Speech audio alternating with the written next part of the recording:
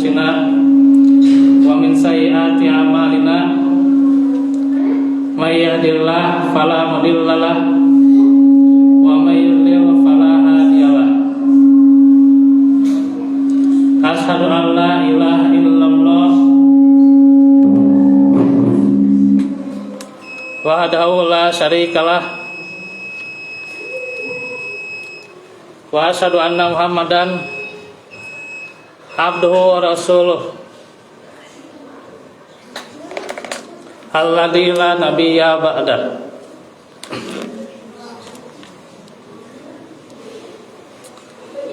Qala Allah Ta'ala A'udzu billahi minasy syaithanir rajim. Bismillahirrahmanirrahim. Faman ya'mal mithqala dzarratin khairan yarah wa man ya'mal mithqala dzarratin syarran yarah. Al-ayat. Hadirin sidang Jumat yang sama-sama harapkan ridho dan maghfirah Allah Subhanahu wa taala. Segala puji baginya yang telah memberikan kepada kita berbagai kenikmatan yang tiada tergantikan. Di antaranya nikmat sehat, jiwa yang kuat, pula nikmat yang Allah berikan, di antaranya keislaman dan keimanan. Karena itu pula kita bisa menunaikan di antara kewajiban yang Allah tetapkan, yakni sholat Jumat. Ikhwatu fillah, hadirin sidang Jumat, bahwasanya ada sebuah surat, yakni surah Al-Zalzalah, yang termasuk surah Makkiyah. Di antaranya juga dikatakan dalam tafsir Jalalain, ada juga yang berpendapat surah Madaniyah. Dan surah ini terdiri dari 8 ayat, merupakan surah ke-99 dalam urutan mushaf setelah surah Al-Bayyinah. Di dalam surah Al-Bayyinah dijelaskan bahwa ajaran Al-Quran merupakan bukti kebenaran risalah yang dibawa oleh Nabi Muhammad Sallallahu Alaihi Wasallam. Karena itu tidak ada alasan penyimpangan bagi orang-orang kafir, baik di kalangan ahli kitab atau musyrikin. Sedangkan di surah Al-Zalzalah dijelaskan tentang dahsyatnya hari kiamat yang nantinya mengakhiri semua kehidupan dunia. Dan dahsyatnya itu hanyalah sebagai permulaan bagi kebangkitan, bukan akhir dari segalanya. Karena itu nantinya setelah dihancurkan dunia ini, setiap manusia akan dibangkitkan dan mendapat balasan atas segala apa yang diamalkan. Sekecil apapun tindakan, baik lahir maupun batinnya, tersembunyi atau terang-terangan, akan diketahui balasannya di akhirat. Disebutkan oleh Ibnu Jarir At-Tabari dalam meriwayatkan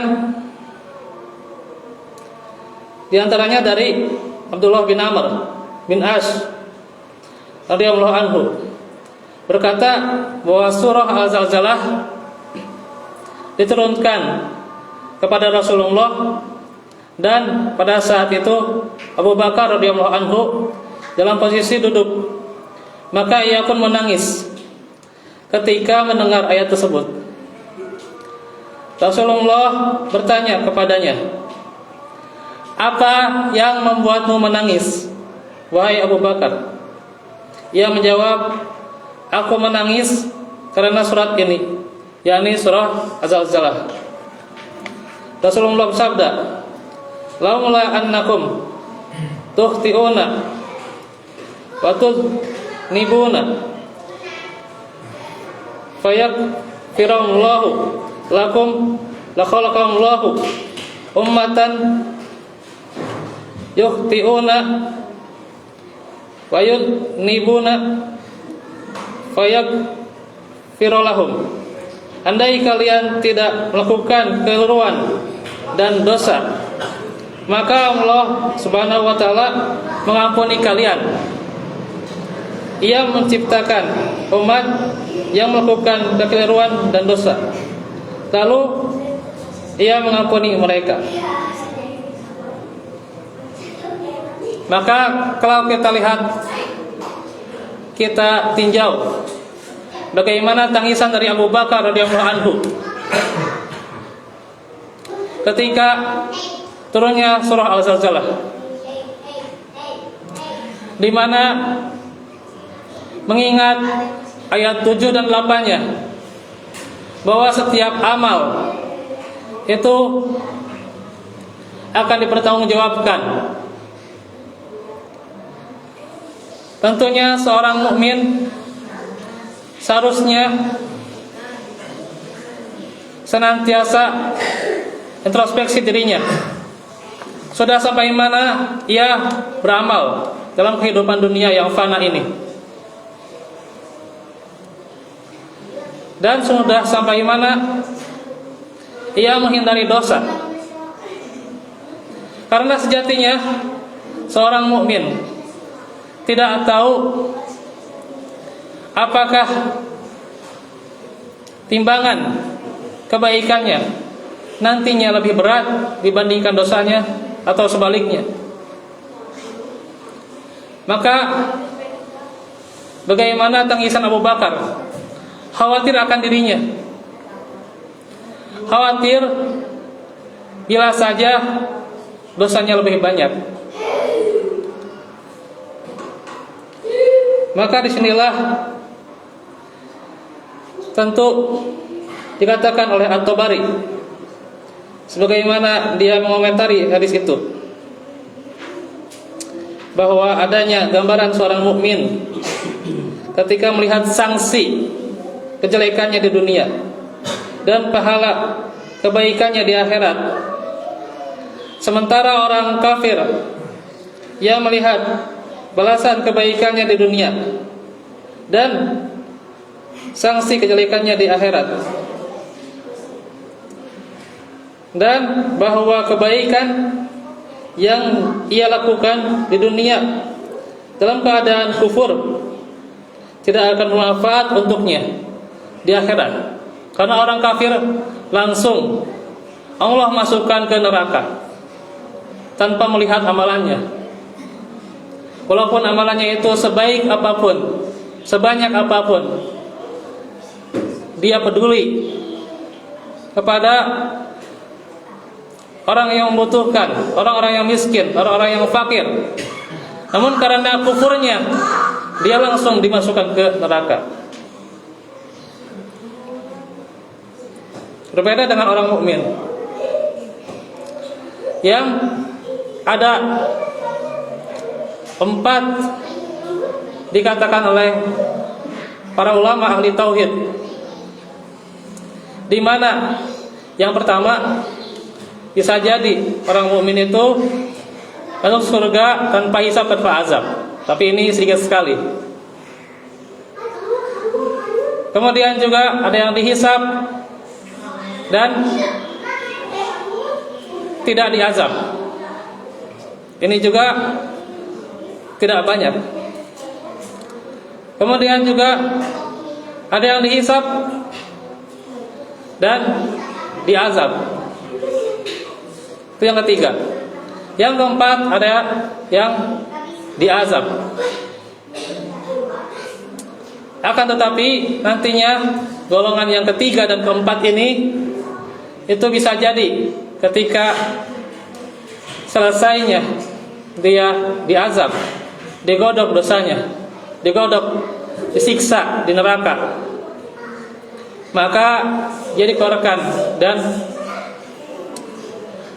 masuk surga. Akan tetapi tentunya walaupun sekuat apapun, sehebat apapun seorang manusia, tidak akan bisa dia menahan siksa api neraka. Dikatakan dalam surah At-Tur, fasbiru aw la tasbiru sawa'un alaikum. Mau ia bersabar atau tidak bersabar, maka sama saja bagi mereka. Tidak akan bisa menahan dahsyatnya siksa neraka. Karena itu surat ini juga punya keutamaan yang layak menjadi perhatian. Ibnu Katsir mengutip beberapa riwayat mengenai surat ini. Antara lain Anas bin Malik radhiyallahu anhu, bahwa dia meriwayatkan Rasulullah bertanya pada seorang dari kalangan sahabat, "Wahai fulan, apakah kamu sudah menikah?" Ia menjawab, "Demi Allah belum." "Wahai Rasulullah, saya tidak punya apa-apa untuk menikah." Beliau bersabda, "Bukankah kamu mempunyai hafalan untuk sebagai maharnya? Di antaranya surah Al-Ikhlas." Ia menjawab, "Benar." Beliau bersabda, "Itu sepertiga Al-Quran." Beliau bertanya lagi, "Bukankah kamu mempunyai hafalan? Itu surah An-Nasr." Dia menjawab, "Benar. Itu seperempat Al-Quran." Beliau bertanya lagi, "Bukankah kamu mempunyai hafalan? Qul ya ayyuhal kafirun, surah Kafirun." "Benar." Beliau bersabda, "Itu seperempat Al-Quran." Beliau bertanya lagi, "Bukankah engkau punya hafalan Idza zulzilatil ardu zilzalha?" Yaitu surah Az-Zalzalah. Ia menjawab, "Benar." Maka itu adalah seperempat Al-Quran. Kemudian beliau menegaskan, menikahlah. Di sini kita bisa ambil ibrah keutamaan ayat-ayat yang disebutkan di dalam hadis itu. Di riwayat Tirmizi yang menjelaskan ada yang sepertiga Al-Quran, ada yang seperempatnya.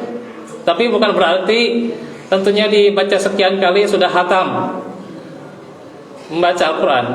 Bukan demikian. Tapi ini hanyalah keutamaan dari makna yang disebutkan, dari kandungan ayat yang ada di dalamnya. Inilah bagaimana keutamaan surah yang bisa kita jadikan pelajaran. Barakallahu fikum. Alhamdulillah alladzi arsala rasulahu bil huda wa dinil haq liyuzhirahu 'alad dini kulli wa kafa billahi wakila. Asyhadu an la ilaha illallah wahdahu la syarikalah wa asyhadu anna Muhammadan abduhu wa rasuluh alladzi la nabiyya ba'dah. Ikhwatu fillah, hadirin sidang Jumat, disebutkan pula di antara pelajaran yang bisa diambil dalam surah Az-Zalzalah, di antaranya yang pertama, memperkuat keyakinan pada hari akhir, yaitu hari berakhirnya dunia dan mulainya hari paling akhir bagi manusia, dan di mana tidak ada lagi setelah itu. Akan tetapi menjadi permulaan hari akhir bagi seluruh manusia adalah hari kiamat, yaitu hari diguncangkannya bumi dengan guncangan hebat, sehingga bagian dalamnya dimuntahkan dan bagian luarnya digulung ke dalam. Dan banyak orang-orang yang mengingkari akan hari kiamat itu. Akan terkejut nantinya. Bumi diguncangkan dengan sekeras-kerasnya, sedahsyat-dahsyatnya, sehingga yang berada di perutnya dimuntahkan dan di permukaannya ditelan sedalam-dalamnya. Sehingga manusia bertanya, mengapa bumi menjadi begini? Adalah orang-orang kafir yang mengingkarinya saja. Al-Maraghi mengatakan, manusia menyaksikan guncangan dahsyat yang tiada pernah ada bandingannya, sehingga akal tidak mampu mengetahui penyebabnya dan bingung atas apa yang dilihatnya. Mereka bertanya-tanya, ada apa dengan bumi ini? Apa yang terjadi dengannya? Karena apa yang tengah terjadi belum pernah dibandingkan, belum pernah dibayangkan sebelumnya.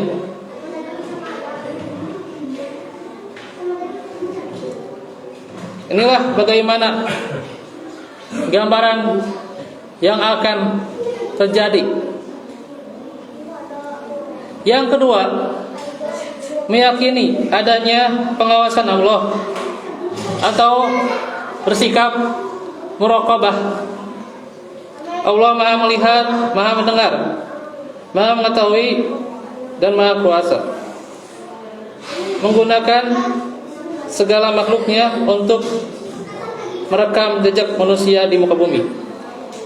Artinya, di mana Allah Maha melihat, pandangannya sangat jelas, lebih dari pandangan CCTV atau pandangan rekaman yang ada di sekitar kita. Dan itu adalah maha kuasanya Allah. Dan Allah memberikan mandat kepada malaikatnya untuk mencatat perbuatan manusia. Itulah maksudnya.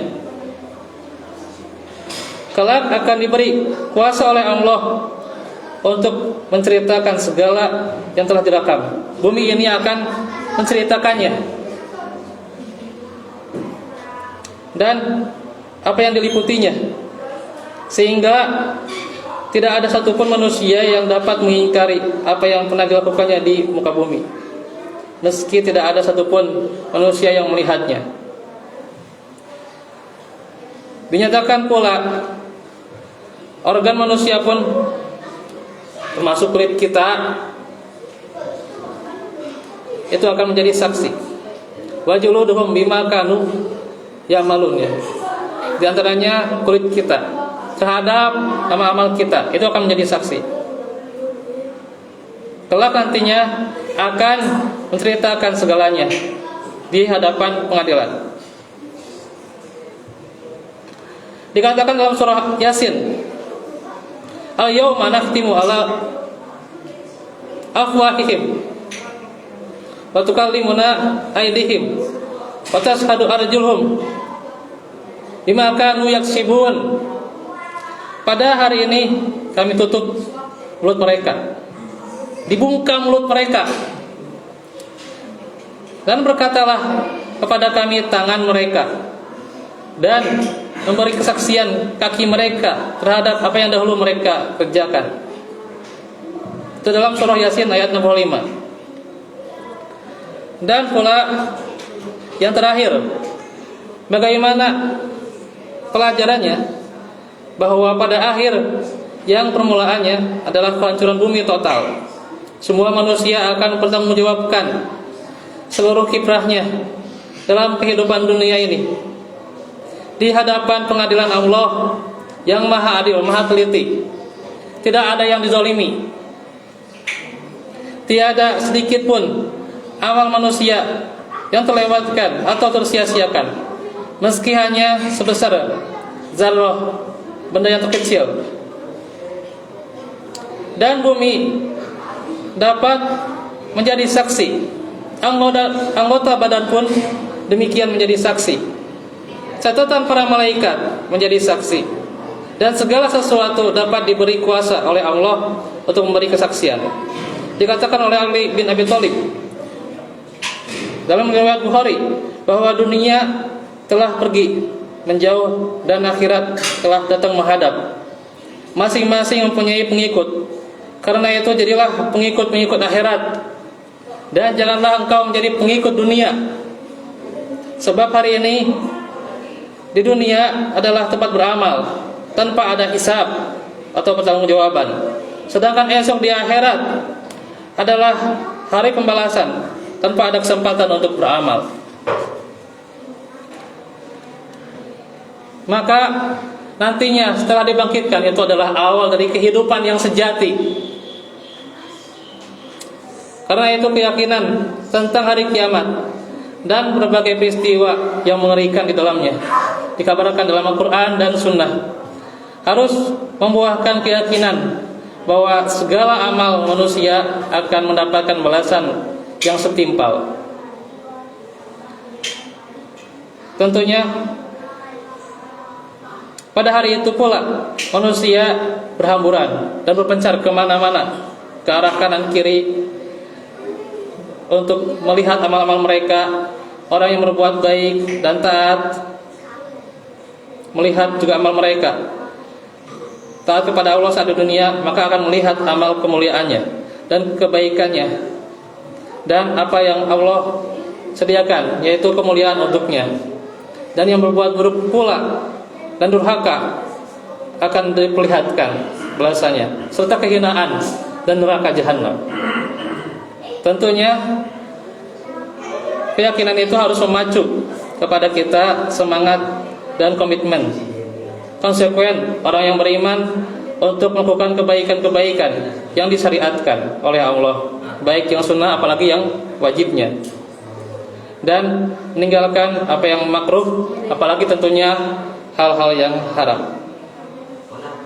Itulah pengertian dari takwanya, bahwa dikatakan dalam surah Al-Hajj, ya ayuhan nasu taqu rabbakum, wahai manusia, bertakwalah kepada Rabb kalian. Karena tentunya ada inna zalzalah, yaitu adanya kehancuran, kegoncangan di hari kiamat, ya, yang merupakan syai'un azim, sesuatu yang dia itu besar. Tentunya pertanggungjawaban yang sangat besar. Maka inilah tentunya pelajaran bagi kita agar memicu kembali semangat kita di dalam beramal dan gairah kita serta tenaga kita untuk mengarahkan segala kemampuan kita di dalam beramal soleh dan menghindari dosa-dosa, agar Allah meringankan bagi kita apa yang terjadi pada hari kiamat nanti, dan kita diberikan balasan yang terbaik di sisinya. Itu demikian yang bisa disampaikan, kurang lebihnya mohon maaf. Walafu minkum. Rabbana atina fid dunya hasanah wa fil akhirati hasanah wa qina azabannar. Rabbana atina min ladunka rahmah wa hayyi lana min amrina rasyada. Rabbana hab lana min azwajina wa dzurriyyatina qurrata a'yun waj'alna lil muttaqina imama.